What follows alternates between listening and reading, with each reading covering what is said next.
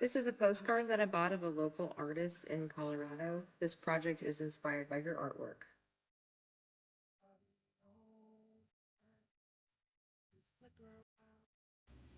Step 1, draw a simple outline. Step 2, take a permanent marker and outline it. Step 3, add some line details. Now erase if you have any pencil lines.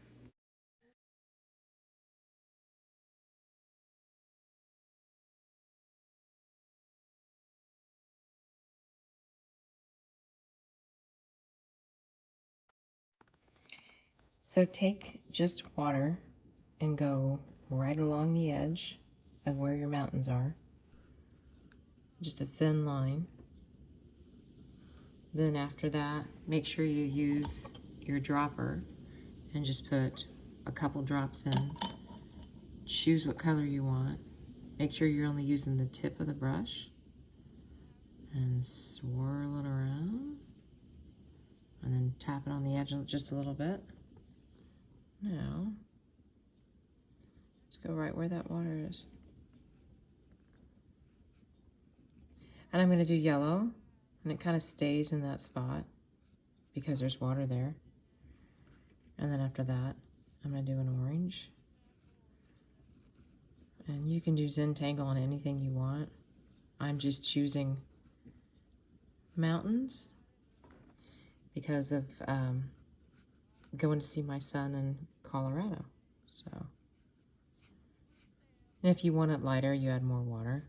You can also pull the water away from the paint and make it lighter. So I'll show you that too. And then I'll go with orange. And you want to use a round brush, use a thin brush. So see if I just go back to the water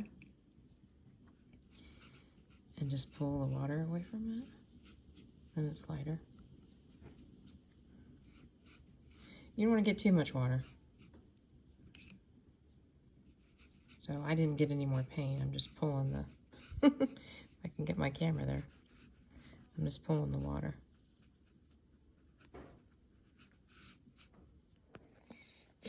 I kind of like the way that looks, the depth that it gives. And then you could add any color that you want. You could do like an orange sky, you could do blues or purples. Another thing that you can decide to do is have the paper wet. So it'll just only paint on that where the wetness is, it'll stick to it. Or you can just go straight to the paint, you decide. So I'm gonna show you the water. This is with not getting anything wet.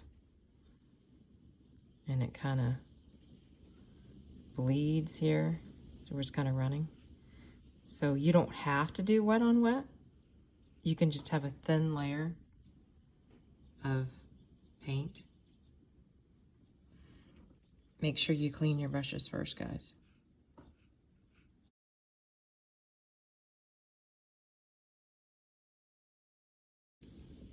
And if I just add water to it, it'll just pull that paint across. Notice how I have my messy mat too. So if I want to, so now I've got it wet, it's got a little bit of paint. Then I add the blue. Gives a different effect.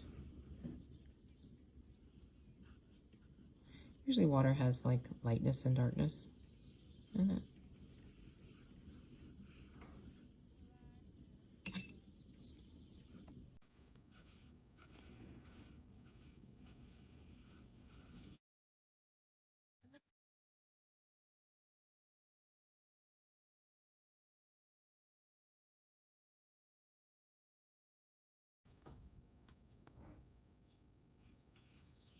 If you ever want to erase watercolor, if you make a mistake, you don't have this taped to my paper or anything because we're just making postcards.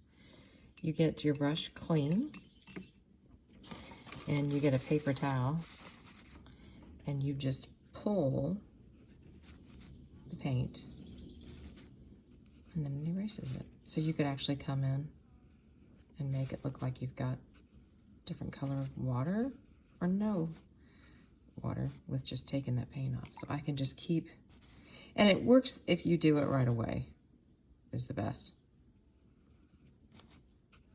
Don't just, if you have a mistake, don't just leave it on there. There you go. Now I'm going back up to the sky. I'm going to do just a little bit of orange. If you want to test your colors, you can always do it on your messy mat.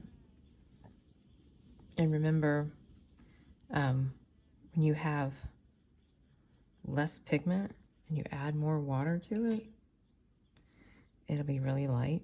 It'll be lighter. So if you don't want it to be that dark, then maybe have another piece of paper beside you to make it not so dark. Now, I like the doing the water first, because then I think it makes where the paint's not so dark. So I'm going to come in here with just my clean brush. Remember, you clean it in number 8. That means you just kind of swirl it around in number 8. And if I'm at home, like I am right now, I have 2 cups of water. So just keeps your brush clean. So I'm going all the way across where the sky is. Like I said, you could do purple. You could do any color you want. And then I'm going to come right over here, right on that, and just spread that out. I can blend it together. And I just have my tiny, tiny little round brush. So now I'm going to come back and add some water.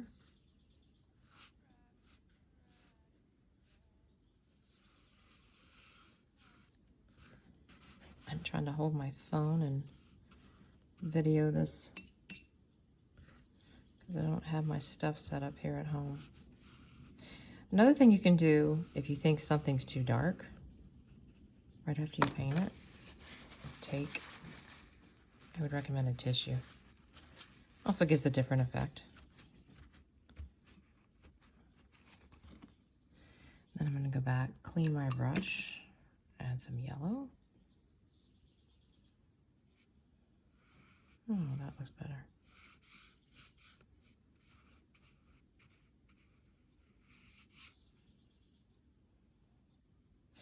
I'm going to set the camera down, guys, finish painting, and then show you a picture.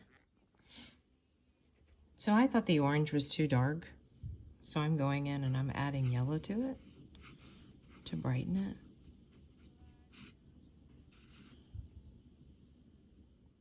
Now I'm going to come in and take off some of that paint down here to brighten it with just water. You can leave this white, or you can actually use a black. A lot of times I don't leave them in your guys' containers.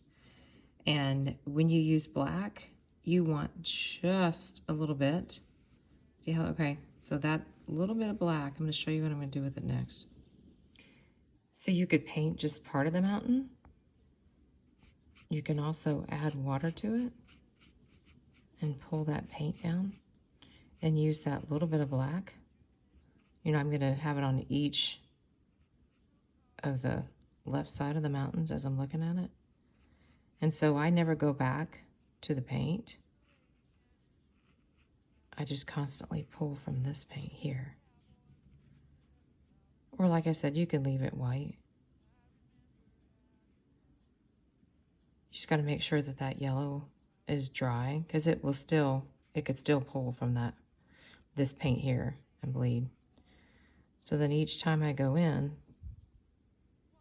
I'm just adding water to my brush, pulling this paint off.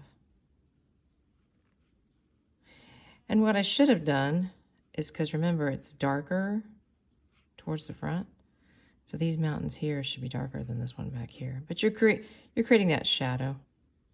So that's how I'm going to finish this off, by just that little bit of black, but you don't have to add black, because you want it to be gray, more of a gray. So I went in and added a little bit more black. I like the contrast that it creates against the sky and the mountains.